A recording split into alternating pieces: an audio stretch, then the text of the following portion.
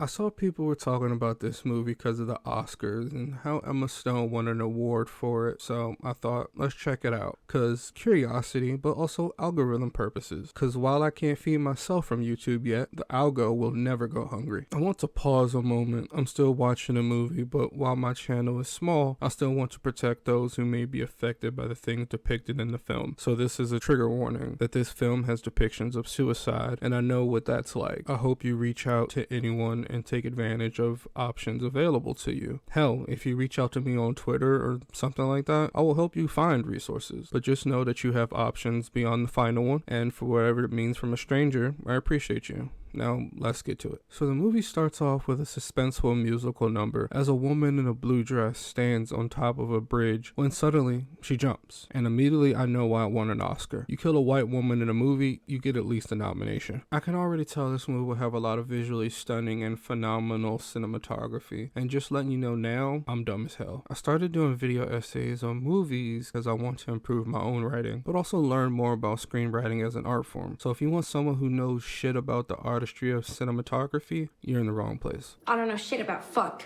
Best I can offer you is a dumb guy with lots of opinions who likes rambling into a microphone. If that's your cup of tea, let's continue. God damn, what happened to him? Not much has happened yet. The woman jumps, Emma Stone sits at the piano and strikes the keys aggressively and with no rhythm. And I will preface this by saying I'm not certain if this movie will be for me. I will go into it open-minded with the hope of being pleasantly surprised, but from what I can gather, the movie feels kinda artsy-fartsy, and I'm definitely not like a cinema kind of guy. Most of my media consumption is anime and cartoons, so I will be first to admit I am kind of a Philistine. Philistine? I don't know. But the reason I say all this is whenever I see things like this, I feel like I'm too dumb to enjoy it. The scenes have been so far shot very beautifully, and while it's only been a few moments, there is this intensity that has been built up just from the shots. Okay.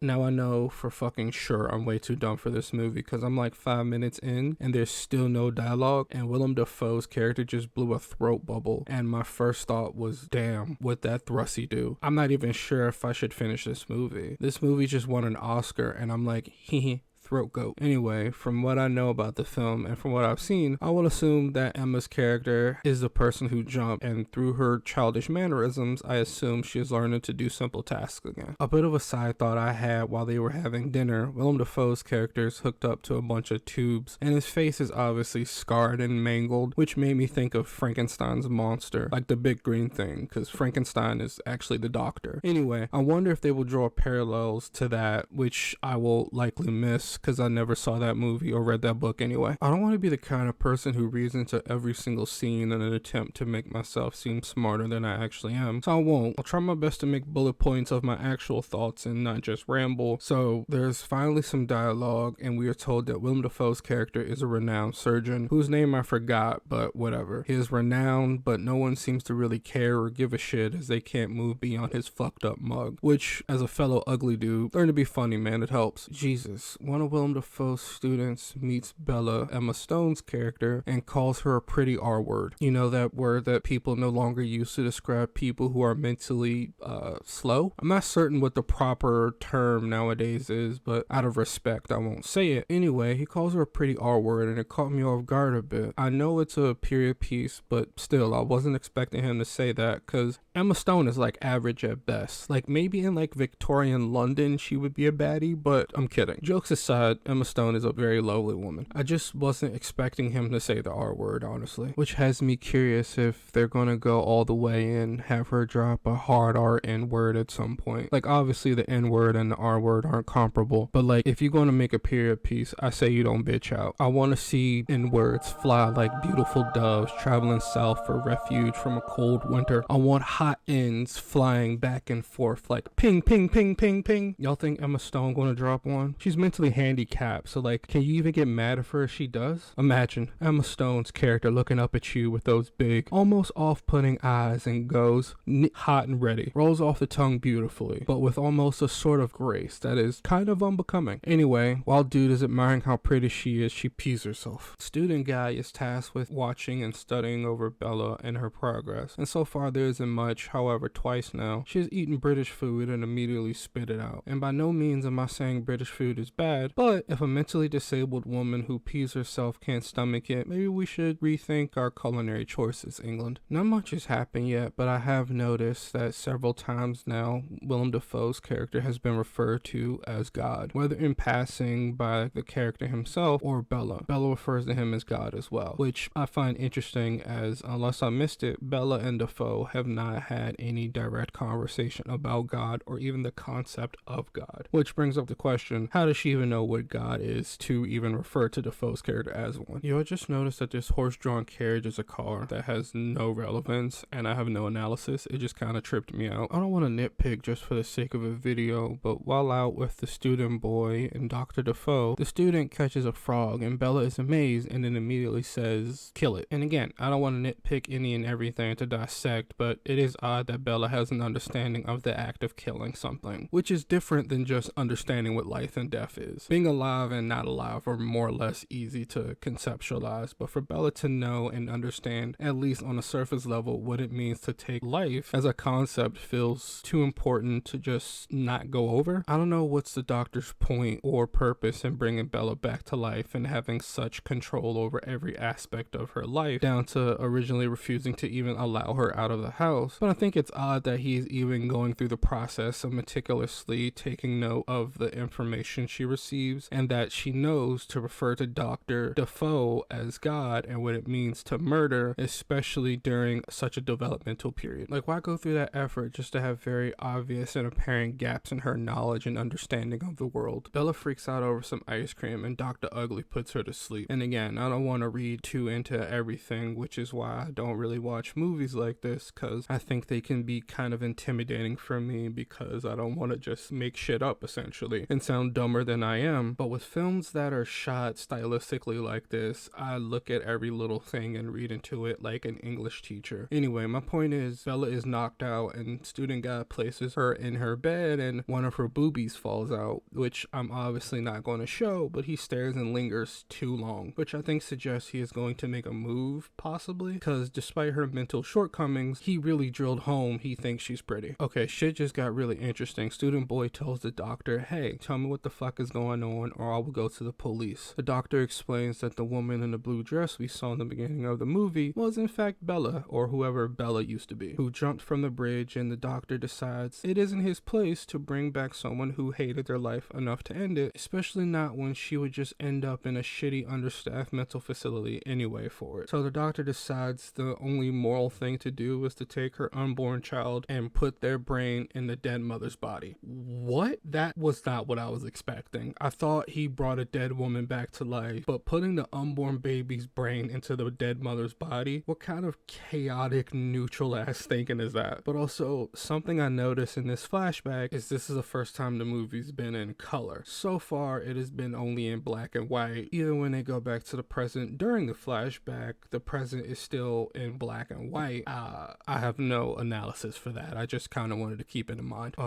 Bella wakes up and discovers the wonders of pearl diving, and God bless her, I'm all for it. Feel free to be a basement DJ, beloved. Though she then shoves an apple in her British tart, which is shocking but feels kind of natural, if that makes sense. Like, after watching Saltburn and scenes feeling like they're meant to shock just for the sake of it, watching Bella shove produce in her vagine feels natural. Like, sure, it's weird, but this is also the brain of an unborn baby in the body of a grown woman, which for a moment, does that make it like a reverse isekai? Which I feel like it does. Anyway, because it's the mind of essentially a baby in the body of a woman, the childlike curiosity mixed with natural bodily functions that aren't being explained properly, it makes sense. Like, people who have too much access to the internet when they're young, it's almost like impossible not to stumble across a beheading video. It's just kind of the natural state of things. Bella's told she can't be straight up gooning midday and loses her will to live. Well, not really, but she does get pretty upset, which is pretty fair, I guess. Then Baxter is like, hey, student boy, I think Bella loves you. You should marry her. And student boy is like, you're raising her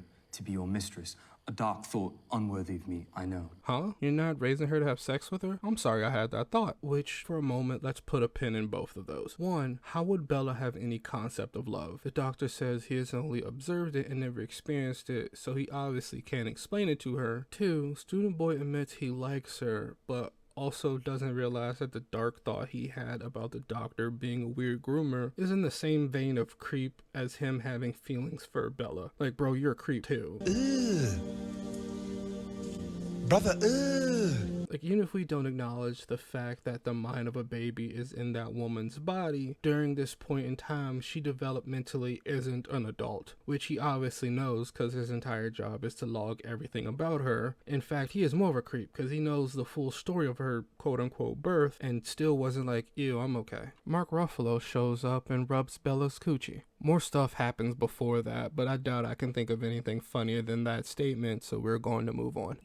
I'm going to Lisbon on Friday. I'd like you to come. Duncan offers to bring Bella along with him to Lisbon. Baxter initially refuses, then Bella says, let me go or I'll hate you, and he agrees. I'm getting a vibe that Bella's story will be one in which she is taken advantage of by men around her for their own selfish gain. Baxter, while giving birth to her technically, ultimately was selfish. He had the moral code to not subject a woman who ended her life to being brought back to life, but thought to give life to her unborn child for whatever reason, whether for some sort of companionship or scientific venture. Max is just horny but has too much respect for Baxter and admiration for Bella to do anything, so he has to go through hoops just to justify it to himself. And Duncan is just horny too, but I can already tell that he is a narcissistic, obnoxious asshat who sucks his own farts, so he has to make it something grander than it is by inviting her on a trip. I don't know, it's odd, because like, why hasn't anyone just taken the time to ask Bella what she wants? Speaking of, Max tries to stop her and is like, I will beat Duncan's ass because he just wants to fuck you, and unlike me, he doesn't love you. And it's like, okay, do you love her, Max? Tell us more. What do you love about her? What of her personality are you drawn to that has made you fall for Bella? Her simplistic sentence structure or childlike wonder? Bella discover happy when she want. What are Bella's hobbies? What do you have in common? Anyway, while Max is wallowing, Bella is getting the hinges blown off her doors. Her guts absolutely blended. Her cheeks demolished. And you know what? Good for her. Anyway, I can't really show you any of that scene because it has nudity, so here's a puppy. And another one. Ooh, look at this one. This one's my favorite. Not a lot happens. Duncan tries to woo Bella by showing her the finer things like oysters and champagne, I guess. They have a bunch of sex in between. Here's a cat this time. I just realized that all of Lisbon has been in color. I like that. It's very subtle, and I would imagine it's meant to show how dull and dreary Bella's life was back home, and she was trapped in a dull prison, but now she's out and free to be her own person and explore. Speaking of exploring, Bella goes out to explore Lisbon, which is sad in a way. Like, this is the first time in the movie which she has been treated with any real autonomy and agency, and she had to do it while Duncan was asleep. The reason I think it's sad is, well, the first time she leaves the confines of Baxter's home and in a new city, she is stuck doing things how Duncan wants them done. Who made this? We need more. No more. One's enough. Any more's too much. Which is having a bunch of sex, which, you know, if your idea of a vacation is eating nice food and having a bunch of sex in your hotel room, that's fine. I'm down for that too, but it's one thing if that's what happened and another entirely if that's dictated for you. Bella discovers music and it completely opens her eyes and changes things for her. Slop on my knob, like corn on the cob. Check in with me. This scenery makes me think this isn't a period piece, which in a small way breaks my heart, because I thought it would be hilarious for Bella to discover racism and let some N-bombs drop. Not a lot happens. Duncan shows his true colors by trying to control Bella, the same Duncan who introduced himself to Bella as someone opposed to polite society and how strict it is. Do not care for polite society. It's fucking boring. Bella sends a letter home to Max and Baxter about Lisbon. Do you think they're fucking? Yes. She then proceeded to try alcohol for the first time, which doesn't really make sense to me. I assume it's meant to show the more freedom Bella gets, the more debauchery she'll participate in, which, sure, I get. You give a child, which Bella is literally a child mentally, she literally calls sex jumping. Anyway, if you give a child adult freedoms, they will make childlike mistakes with adult consequences. Sure, fine. But Bella routinely spits out food she doesn't like. But you mean to tell me she tried vodka and was like, this shit is awesome? I know that's nitpicky, but like, come on. Anyway, Bella's like, you pissing me off, Duncan, by getting upset at me for going out and enjoying my freedom. And Duncan is like, shit, you might be right. I told you not to fall in love, but maybe I was the one who fell in love, cause that monkey is too good, baby. Then music starts to play and Bella discovers a song in her heart and begins to dance.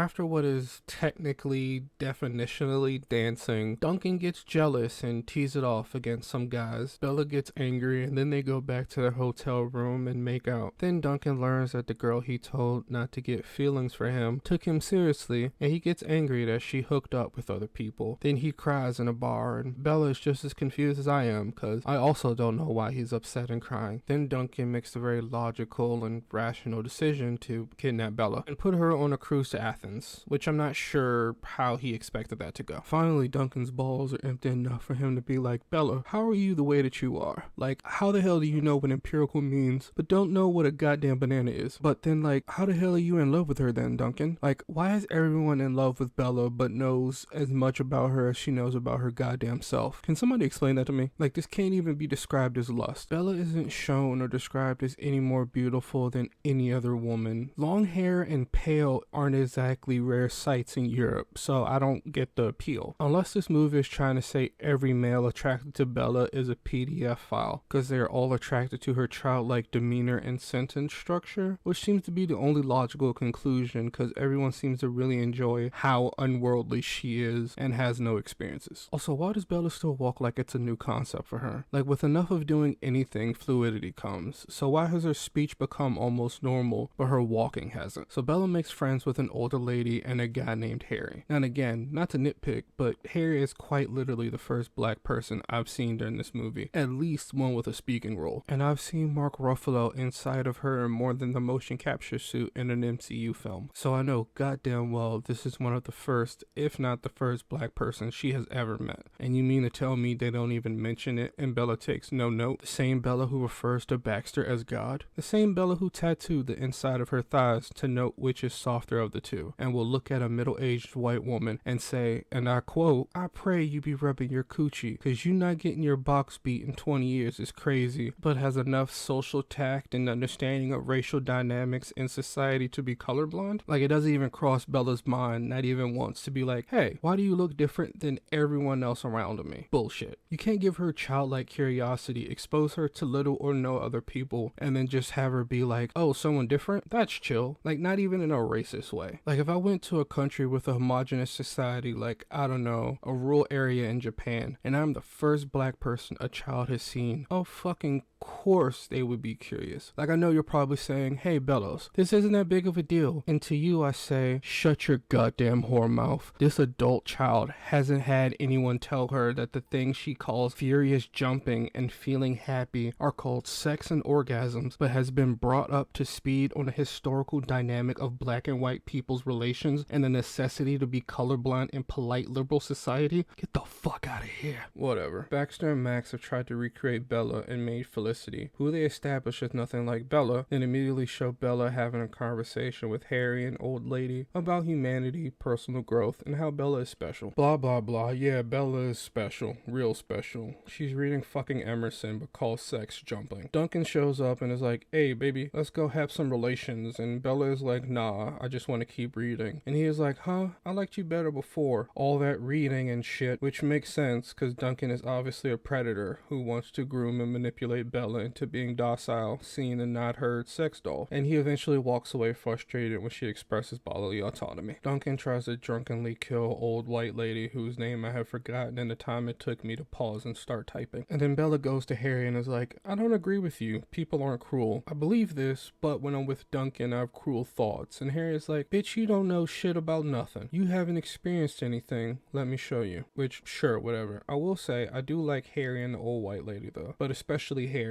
because he is not only the first and so far the only black person, but the only man to even treat Bella like a human being with agency. And I respect that. He wants nothing from her and has no expectations of her to be any other way other than herself. And that's honestly kind of nice to see. Never mind. Harry's cynical ass has annoyed me. Harry's idea of showing Bella the cruelty of the world is by showing her poverty. And the depth of his analysis when Bella is rightfully confused is, well, if we went down there from our fancy tower we are having tea in, they would hurt us. And if they were up here, we would hurt them. Which, beautiful analysis, Harry. The world is cruel, so you are cruel, and because the world is cruel, you see no reason to be any other way. Like, chill out, you edgelord. What are you, 15? No offense to 15-year-olds. It's just like, sure, no one person can change a system. It takes people collectively to change society. And I'm all for that. But for someone who is obviously wealthy to be like, oh, whoa, life sucks and people are bad, you have zero reason to be so cynical unless they plan to give Harry a tragic backstory later. He's just being edgy, but also like it's a self-report and a monstrous one at that. He's saying if I was poor, I would hurt people more fortunate than me because I am suffering. But if those poverty-stricken barbarians were anywhere near me, I would hurt them. And if they were here and we were there, we do the same to them. Also, what kind of point is he making in the first place? The world is cruel because there is suffering? Well, I would argue that there is suffering in the world because everyone accepts the suffering of others as reality. As long as people like Harry aren't the ones suffering, they can accept that suffering is an inevitability of reality. To look at suffering and poverty as a natural state of humans is like looking at black lung and coal miners and thinking that's their natural state. Anyway, Bella sees this, starts sobbing, and is immediately like, wait, we need to help those people, and she runs off, but Harry stops her. It is then zoomed out to show that you aren't even able to go down there even if you wanted to. The staircase down is broken, which is a really good scene, I think, but it also proves my point, but also Harry's in a way. Human beings are cruel, but not because there's poverty and suffering, but because people are indifferent to the suffering of others, and the broken staircase symbolizes that cruelty elegantly. If you look closer, the staircase to go up is broken. The people at the bottom will never, no matter how bad they try, be able to go up and see what Bella and Harry get to see and experience their lives. And that is on purpose. The staircase is broken from the bottom up so that no one can get up. But there's still stairs going down, but just enough for people at the top to have the luxury of looking down and look on those suffering from afar, and the people at the bottom can't even see the top. I wonder if the movie will have Bella become a communist and start a revolution. Nope, she takes all the cash Duncan was sleeping on and gets tricked by some dudes in the crew to give it to them instead. Dead, blind, babies. Bit Harry. How is Bella basically talking in full-on complete sentences now, but still writes like a 5-year-old who just learned what nouns are? For a brief moment I was like, hell yeah, Harry, back on his side, because he apologizes and admits that his intent in showing Bella poor people was to be cruel essentially, because he was upset at her being happy and naive. And then immediately he annoys me again because he goes on this rant about how you should destroy hope, humans suck, be realistic, when he isn't realistic at all. He uses cynicism as a crutch to justify his apathy and a way to mask his misery. And then Bella immediately calls him out. I realize what you are now, Harry. Just a broken little boy who cannot bear the pain of the world. That's my girl, fuck yeah, read him for filth. Anyway, Bella becomes a sex worker cause her and Duncan are broke in Paris. So here's a penguin, nice. Duncan and Bella broke up cause Duncan is upset she had sex for money with another man, which if they were dating would be cheating, but to be fair, he asked her to marry him, but also no one has explained the concept of monogamy to Bella, so I'll blame him anyway. Though it did throw me off when she's like, I'll buy you a ticket back to London with the money Baxter gave me cause I completely forgot about that money as well, so it's a little weird that she knew about it this whole time and was like, yeah, sure, I'll have sex for money, which there's nothing wrong with at all. Sex work is valid and sex workers deserve respect. I guess it's just odd storytelling wise, I think, but that could just be me. Anyway, Bella goes back to the brothel and is like, hey, I want money and I want to have sex and also the free time to do what I want when I'm not working, and becomes a sex worker, which is pretty girl boss of her in my opinion. This is like the first choice she has really made on her own with no outside influence. Getting married was Baxter and Max's idea. Going to Lisbon was through Duncan's influence. To do sex work is Bella's first and own genuine decision to make. So I'm with it. I hope she enjoys her hot girl summer. A woman plotting her course to freedom.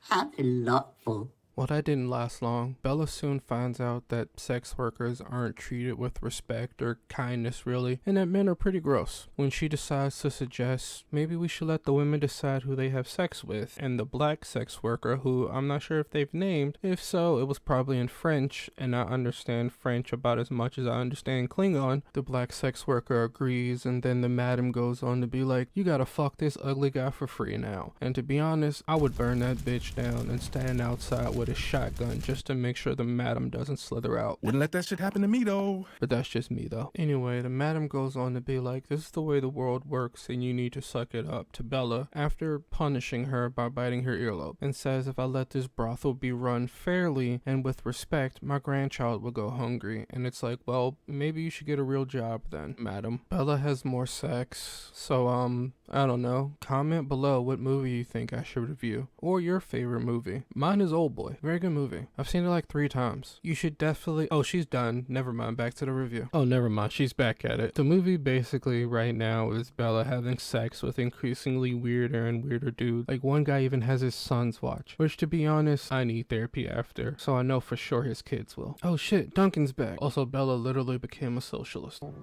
And we must go to the meeting of socialists.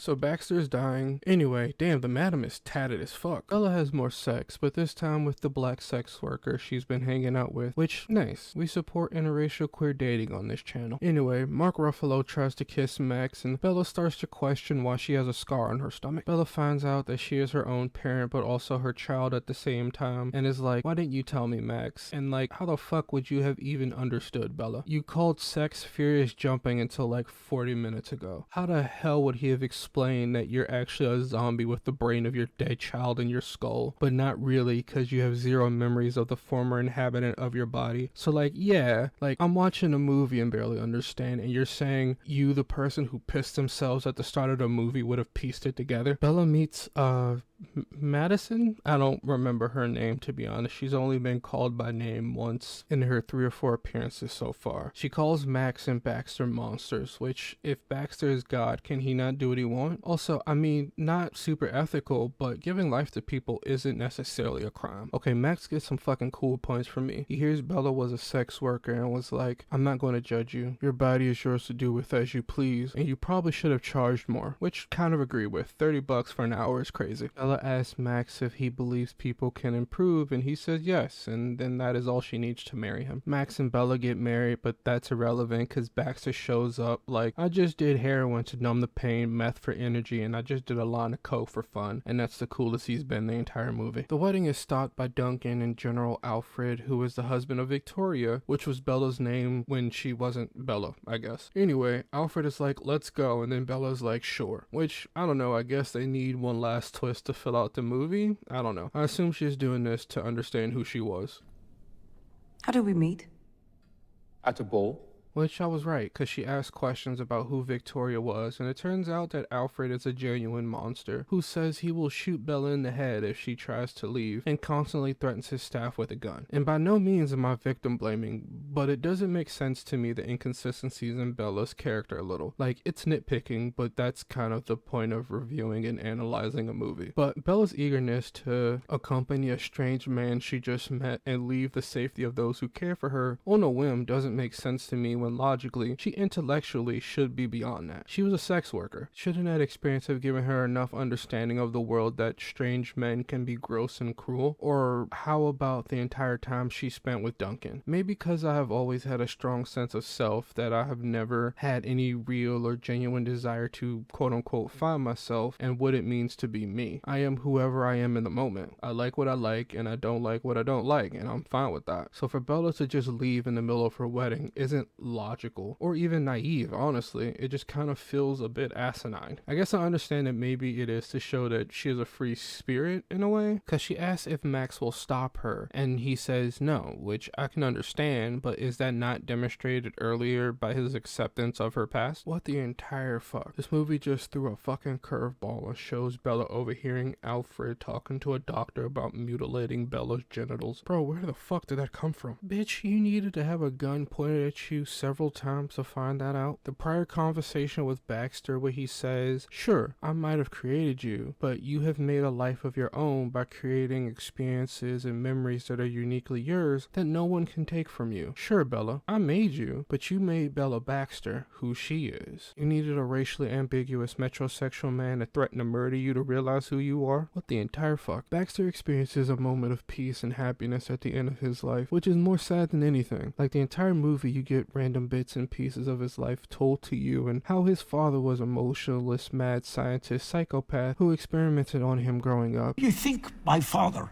could have branded me with hot irons on the genitals? And his final words before dying are, "All my life, people looked at me with pity, like I'm some sort of freak. But Bella, you don't." And then he dies. And it's like, Jesus Christ, what? That's not happy. That's sad as hell, man. I don't know how long he spent with Bella before she left with Duncan, how long she was gone, and how long she was back while he was dying, only to leave them, then come back after Alfred shot himself in the foot. But it logistically couldn't have been very long. And Baxter was like 70 plus. He didn't even get to see his adopted daughter get married. Bro, that's not fucking solace or peace even. If a magic genie came up to me and said, "You will experience soul-crushing loneliness, mental and physical isolation for most of your life until for about a year at the end of your life, you get to connect with one or two human beings who treat you with respect and genuine kindness and possibly even love you," I would stare that blue son of a bitch in the eyes and tell him to kill me, cause fuck that. Jesus. The movie ends with everyone in the backyard. Everyone's there. The black sex worker, Max, Felicity, the maid, Bella, oh, and the general. Bella talks about how she is nervous for her anatomy exam, and the sex worker lady is like, "No one knows anatomy like you," wink wink. And my headcanon is that her, Bella, and Max are in a polycule. Don't fucking correct me if I'm wrong. I'm already on AO3 writing the fanfic. Anyway, the general is there, and you find out that they put the brain of a goat into his body. So does that mean his personality is in the goat body, I guess? Whatever. Which I kind of think is dumb, because she very much thought Max and Baxter was a monster for making Felicity, but making Alfred live the rest of his life as a goat is like, he deserves it, which is dumb and unnecessarily cruel. Like, why save his life just to make him not even a person any longer? Hell, if Baxter can create literally life, he probably has some experiments where he experimented with emotions and personalities and shit. Why not just make him kinder or more calmer or patient? Also, he's a fucking general. Why would no one question where this important figure went?